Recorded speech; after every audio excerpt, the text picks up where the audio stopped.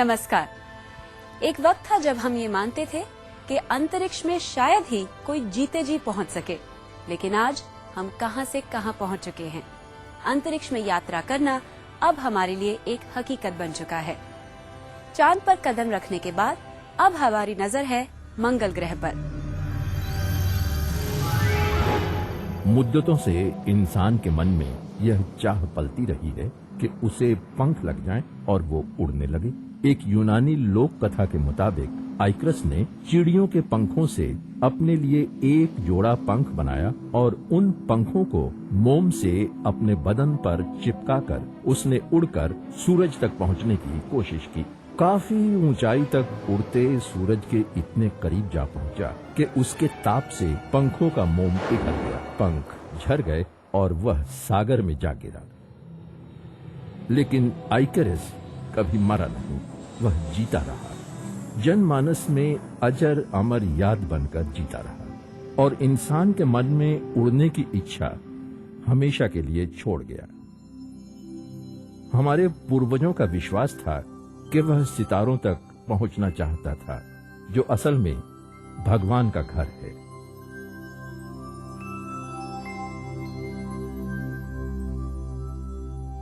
वैसे उन दिनों चांद तक उड़ान भरना बच्चे बच्चे का सपना हुआ करता था। लेकिन आज क्या हम उन अंधविश्वासों से काफी दूर नहीं निकल आए हैं? सच तो यह है कि हम अब अंतरिक्ष के यात्री बन गए हैं और हमारी नजरें पृथ्वी के कॉस्मिक क्षेत्र के पार अन्यान्य रसे बसे ग्रहों पर गड़ गई हैं।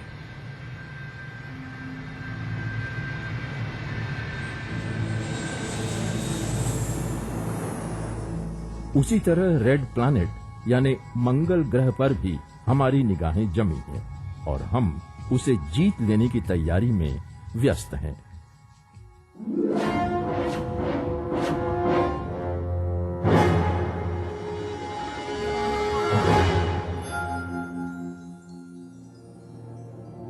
यहां अपने अंतर्राष्ट्रीय अंतरिक्ष स्टेशन में हमारे अंतरिक्ष यात्री काफी लंबे अरसे तक प्रशिक्षित किए जाते हैं ताकि वे लोग अंतरिक्ष और साथ ही मंगल ग्रह के नृशंस परिवेश का मुकाबला कर सकें। मंगल भूवैज्ञानिक अतिशयता भरा ग्रह है।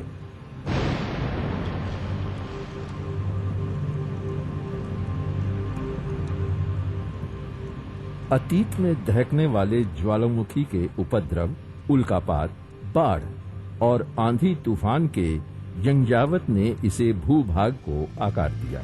यह जगह असहनीय रूप से सर्द है। समूचा परिवेश ज्यादातर झीने कार्बन डाइऑक्साइड से भरा हुआ है।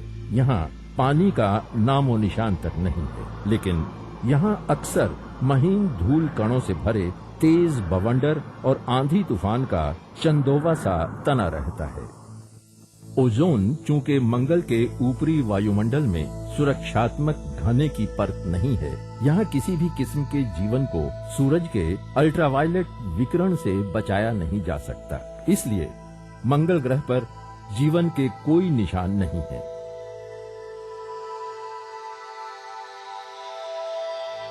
फिर क्यों ऐसी अनामंत्रित जगह हमें बार बार आवाजें देती हैं? फिर भी इंसान मंगल ग्रह पर जाने को उतावला रहता है। उस ग्रह पर हंसता खिलखिलाता जीवन है। इस ख्याल में आखिर क्यों खोया रहता है? मार्स ग्लोबल सर्वेयर वहां से हमें पर्याप्त आंकड़े भेजता रहा, जो मंगल ग्रह में पर्याप्त जल होने की पुष्टि और समर्थन करता रहा।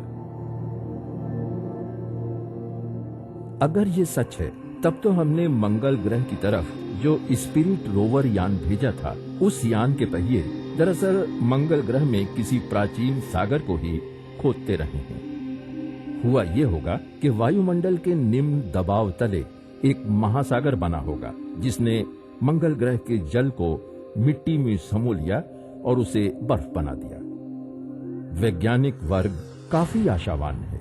उन लोगों को उम्मीद है कि टेरा फार्मिंग के जरिए वे लोग मंगल ग्रह के परिवेश को बदल देंगे और उस ग्रह को नम और उष्ण बना देंगे, जहां के वायुमंडल में उमड़ती हुई नदियां होंगी, और गरजते हुए सागर, यानी ये जगह मानव के रहने सहने के लिए आदर्श होगा। क्या ये दूरगामी सपना है? खैर, अगर ऐसा ही होता तो वैज्ञानिक वर्ग अपना आधुनिकतम साल्वो मंगल की तरफ क्यों दागते? साल्वो कलापूर्ण सबसे आधुनिक ऑर्बिटर है जो लैंडर के अलावा भ्रमणशील यान, गुब्बारा और एक क्राफ्ट से लैस है जो मंगल ग्रह की मिट्टी के बहुमूल्य नमूने पृथ्वी पर लाएगा।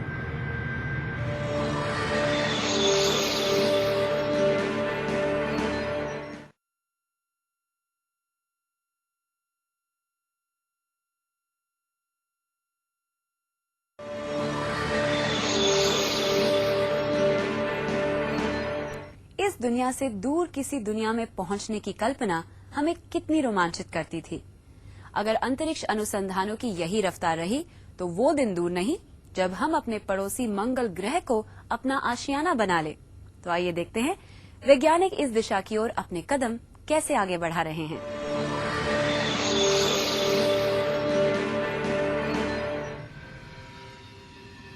तत्कालीन मंगल और इसके जल के अतीत को समझने में यह शायद हमारी मदद करेगा। यह मार्स रिकोनाइसेंस ऑर्बिटर रेड प्लैनेट के रहस्योद्घाटन की कोशिश करेगा जैसा पहले कभी नहीं हुआ।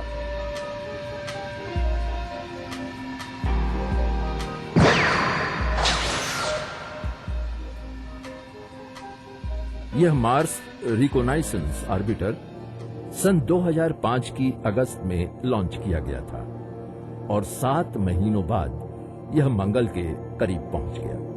लेकिन मंगल ग्रह के ऊपर अपने सही गंतव्य तक पहुंचने में 6 महीने और लगेंगे क्योंकि इसके एरो ब्रेकिंग में थोड़ा वक्त लगेगा।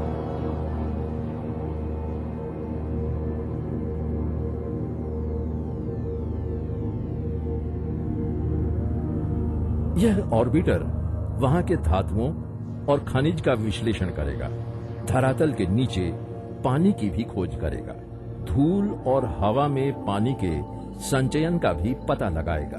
इसके अलावा भावी अभियानों के लिए अवतरण स्थानों की भी पहचान करेगा। एक अन्य अंतरिक्ष यान मार्स ओडिसी सन 2001 के अक्टूबर महीने से रेड प्लैनेट के इर्द गिर्द चक्कर काट रहा है और उसे प्रमाण मिले हैं कि मंगल के उत्तरी ध्रुव क्षेत्र में बर्फ का एक विशाल भंडार स्थित है। इस प्रमाण की पुनः जांच के लिए मार्स ओडिसी अपने रोबोट नुमा खोजी फेनिक्स का उपयोग करेगा जो मंगल के उत्तरी अक्षांश की छानबीन करेगा। उम्मीद है कि फेनिक्स सन 2008 की मई में मंगल ग्रह में पहुंच जाएगा। आइए हम देखें कि सन 2008 की मई को सचमुच क्या होने वाला है। वहां लैंडर मौजूद है और फेनिक्स भी मौजूद है। दोनों ताप शील्ड के अंदर रहकर मंगल के झीने वायुमंडल में प्रवेश करेंगे। यह जो पैराशूट आप देख रहे हैं, ये निहायत मजबूत फेनिक्स की तेज रफ्तार को धीमी कर देगा। ताप शील्ड का निचला आधा हिस्सा खुलकर गिर पड़ा। ऊपर का आधा हिस्सा फेनिक्स से चिपका रह गया, जिसमें से पैर अब नजर आने लगे हैं। ओहो, ये क्या महासर्वनाश नहीं है? नहीं, ऐसा नहीं है। ये तो फेनिक्स है, अपना पैराशूट तोड़कर बाहर निकल रहा है और उसके बाद ताप शील्ड का ऊपरी आधा हिस्सा तोड़ रहा है। अच्छा, ये फेनिक्स क्या कोई दुर्भाग्यजनक क्रैश लैंडिंग तो नहीं करने वाला? अरे नहीं, हरगिज नहीं। अवतरण इंजन ने इसे धड़ाम से गिरने से रोक दिया है। जरूर इसका सुरक्षित अवतरण होगा। इस तरह फेनिक्स पूरी उत्सुकता के साथ मंगल ग्रह की आर्कटिक धरती पर आ पहुंचा। इसका लक्ष्य है पानी और अतल में बर्फ की तलाश, जहां जीवन के निशान ढूंढने के लिए आर्कटिक की मिट्टी की जांच परख करना। न कोई धूम धड़ाम, न कहीं कोई देरी। गहन गंभीर फेनिक्स ने अपना काम और लगभग अगले 3 महीनों तक फेनिक्स सच्चा खोजी बना रहेगा। अब 2010 की जुलाई में कोई अन्य जिज्ञासु यान किसी घुसपैठिए की तरह मंगल की धरती पर सफर करेगा। यह घुसपैठिया कोई और नहीं, रोवर होगा, जो मार्स साइंस लेबोरेटरी पर सवार होकर आएगा। इस ग्रह को और अधिक गहराई से खोदा जाएगा और अधिक जांच पड़ताल की जाएगी तथा नई जानकारी प्राप्त करने की कोशिश की जाएगी। और ये तय है कि मंगल ग्रह पर ये सारे कार्य सन 2010 तक पूरे हो जाएं। ऐसा संभव नहीं है। हमारे अंतरिक्ष अभियानों ने सौर मंडल की ढेर सारी जानकारियां इकट्ठी की हैं। कुछ अभियान तो हमारी ग्रहमाला के बाहर भी भेजे जा चुके हैं। लेकिन क्या आप जानते हैं कि आज तक कितने इंसानों ने दूसरी जमीन पर अपने कदम रखे हैं? ये मैं आपको बताऊंगी इस छोटे से ब्रेक के बाद।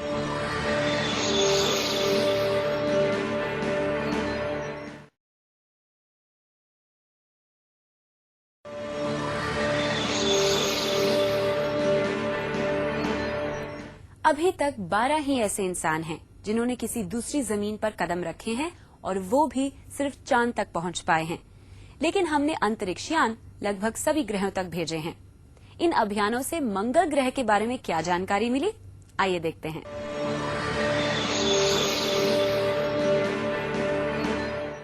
नासा की योजना है कि सन 2014 तक वह मार्स सैंपल रिटर्न मिशन भेजे। इस अभियान में रोबोटिक प्रणाली को और ज्यादा उन्नत किया जाएगा और मंगल में अवतरण रॉकेट को भी बेहतर बनाया जाएगा। अच्छा, हम क्या उस मिशन की एक झलक देख सकते हैं? जी हाँ, जरूर देख सकते हैं। ये लीजिए, हम नासा लैंडर के बिल्कुल सामने हैं। नासा लैंडर मंगल ग्रह में उतरने ही वाला है। रॉकेट दागा गया, जो ये खुशखबरी दे रहा है कि लैंडर अब धीमी गति में सुरक्षित ढंग से मंगल ग्रह की धरती पर सही सलामत कदम रखने ही वाला है। अब रेडियो की तरफ से रेडियो संकेत मिलते ही लैंडर के सर्कुलर सोलर पैनल्स सक्रिय कर दिए गए हैं।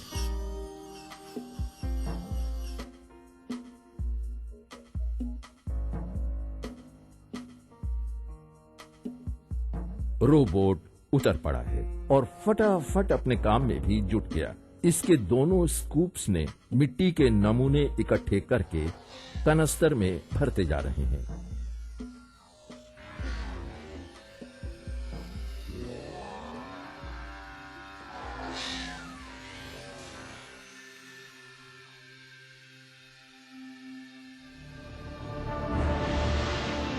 और ये रहा चमत्कारों से बढ़कर चमत्कार, बाहरी अंतरिक्ष का अद्भुत कमाल। मिट्टी के नमूनों से भरा हुआ कनस्तर एकदम अंतरिक्ष यान में बदल गया और इसके सारे इंजन चालू हो गए हैं और अब यह पृथ्वी की ओर वापस लौट रहा है। अब तक हमने जितने भी मंगल ग्रह अभियान देखे, उन पिछले अभियानों के बाद यह पहला ऐसा अभियान है जिसमें मानव सवार है। अपने प्रारंभिक अपोलो मिशन की तरह मंगल की ओर यह पहला अभियान भी संक्षिप्त होगा। शटल प्रक्षेपयान में आवास मॉड्यूल समेत 4 या 6 मर्द औरत, पर्याप्त खाने पीने के ढेरों सामान और मंगल ग्रह तक पहुंचने जितने ईंधन के साथ यात्रा करेंगे। अंतरिक्ष मॉड्यूल जैसे मंगल के करीब पहुंचता जाएगा, इंसान बिना किसी यंत्र की मदद के खुद अपनी आंखों से मंगल ग्रह की लाल मिट्टी की जांच परीक्षण करेगा। ये अंतरिक्ष यात्री पूरे साल भर मंगल ग्रह के निवासी बने तंबू में रहेंगे और वहां एक इन्फ्लेटेबल ग्रीन हाउस बनाएंगे।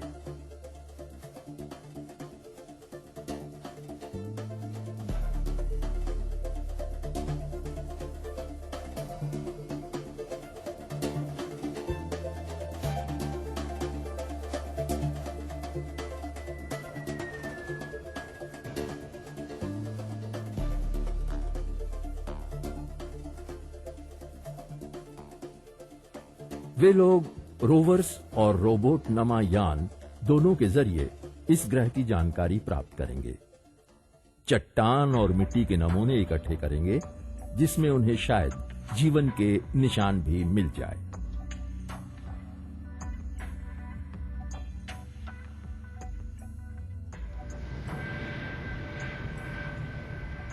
योजना यह है कि एक अनोखा अर्थ रिटर्न व्हीकल या ERV को वहां उतारा जाएगा, जो मेहनत भरा और थकान भरा अभियान पूरा करने के बाद इन अंतरिक्ष यात्रियों को वापस पृथ्वी पर ले आएगा।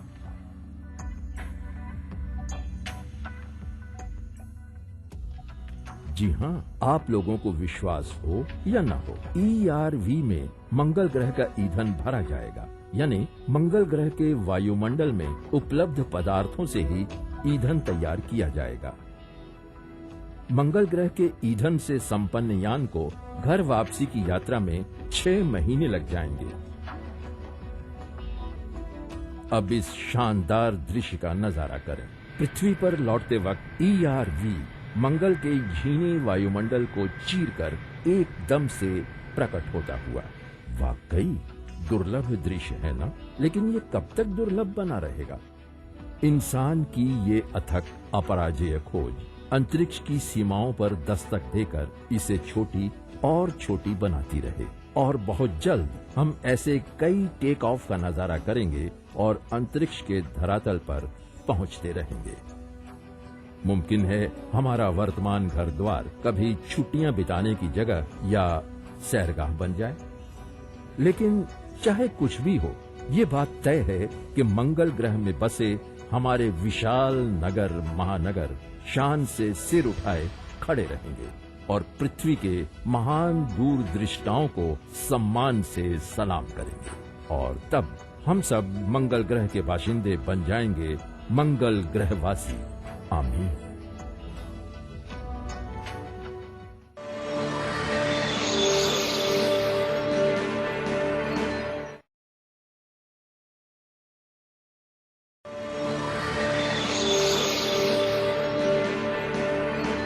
अपने इस कार्यक्रम में जहां एक और हम अंतरिक्ष की सैर कर रहे हैं, वहीं दूसरी तरफ हम अपने ग्रह की गुत्थियां भी सुलझ रहे हैं। जैसे किस तरह पानी के बगैर रह पाता है ये जीव।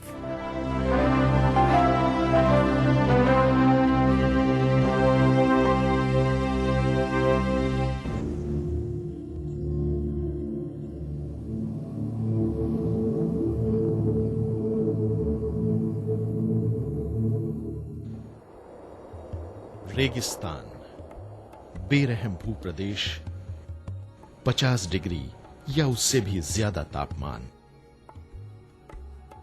पृथ्वी की 20% से भी ज्यादा सतह रेगिस्तानी है। इन इलाकों में जिंदगी असंभव सी लगती है, लेकिन एक जीव इन इलाकों के मुताबिक ढल गया है। यह है ऊंट, रेगिस्तान का जहाज। ऊंटों को बहुत कम पसीना आता है। ये जीव अपने शरीर का तापमान बढ़ा सकते हैं, जिससे इन्हें बाहर की गर्मी ठंडक लगती है। आमतौर पर यह माना जाता है कि ऊंट अपने कूबड़ में पानी जमा कर लेता है, लेकिन इस कूबड़ में पानी नहीं, चर्बी होती है। ऊंट जमा की गई इस चर्बी को सूखे के मौसम के दौरान आहार के तौर पर इस्तेमाल करते हैं। जब ऊंट को पर्याप्त आहार मिलने लगता है, तो ये कूबड़ आकार में फिर पहले जैसा हो जाता है। ऊंटों की आंखों पर पलकों की 2 सतहें होती हैं, और बालदार भौहों की तीसरी सतह उनकी बड़ी बड़ी आंखों को रेगिस्तान की रेत से बचाती है। उनके कानों पर मौजूद घने बाल रेत को उनके अंदरूनी अंगों में दाखिल होने से रोकते हैं। इनके चौड़े, गद्दीदार और नरम पैरों में 2 अंगूठे होते हैं, और जब ये भारी वजन लेकर चल रहे होते हैं, तो ये उन्हें नरम रेत में धंसने से बचाते हैं और इस तरह ऊर्जा की बचत करते हैं। भारत में 2 तरह के ऊंट मिलते हैं, 2 कूबड़ वाले बैक्ट्रियन ऊंट और 1 कूबड़ वाले ऊंट।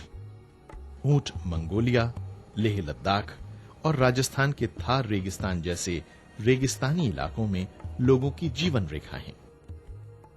इनका दूध बहुत ही पोषक होता है और इसकी काफी मांग रहती है। इनके ऊन से कंबल बनाए जाते हैं, लेकिन आजकल पर्यावास के बर्बाद होने तथा ट्रैक्टरों के आने से इनकी संख्या कम होती जा रही है।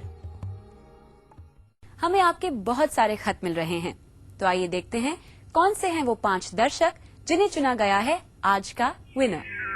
कॉन्टेस्ट नंबर 1 में पूछे गए प्रश्न का सही जवाब है और इसका सही उत्तर भेजने वाले 5 विजेताओं के नाम हैं उड़ीसा से निर्मला चंद्र पांडा, रायपुर से आदित्य खजांची, रांची से संगीता, आदिलाबाद से देशनुकु रवि और दिल्ली से अंजलि ठाकुर। इनके अलावा 10 और विजेताओं को सांत्वना पुरस्कार भेजे जा रहे हैं। हमारा आज का सवाल है, मार्स रिकॉनेसेंस ऑर्बिटर को कब लॉन्च किया गया? ए वर्ष 2000 में, बी वर्ष 2005 में या सी वर्ष 2007 में? इसका जवाब हमें 10 दिन के अंदर इस पते पर मिल जाना चाहिए। विज्ञान प्रसार C24, कुतुब इंस्टीट्यूशनल एरिया, नई दिल्ली 110016। आप हमें ईमेल भी कर सकते हैं। हमारा ईमेल आईडी है contest@vigyanprasar.gov.in। यदि आपके पास कोई सुझाव है तो आप हमारे पते पर जरूर भेजिए या ईमेल कर सकते हैं info@vigyanprasar.gov.in पर। तो ये था हमारा आज का एपिसोड। उम्मीद है आज के एपिसोड से आपने बहुत कुछ सीखा होगा। अगर आप ऐसी ही यात्रा करना चाहते हैं तो तैयार रहिएगा अगले हफ्ते आज ही के दिन इसी वक्त कुछ और अनुभवों को समेटने के लिए। तब तक के लिए नमस्कार। अपने अगले अंक में हम आपको ले चलेंगे जुपिटर यानी बृहस्पति की ओर।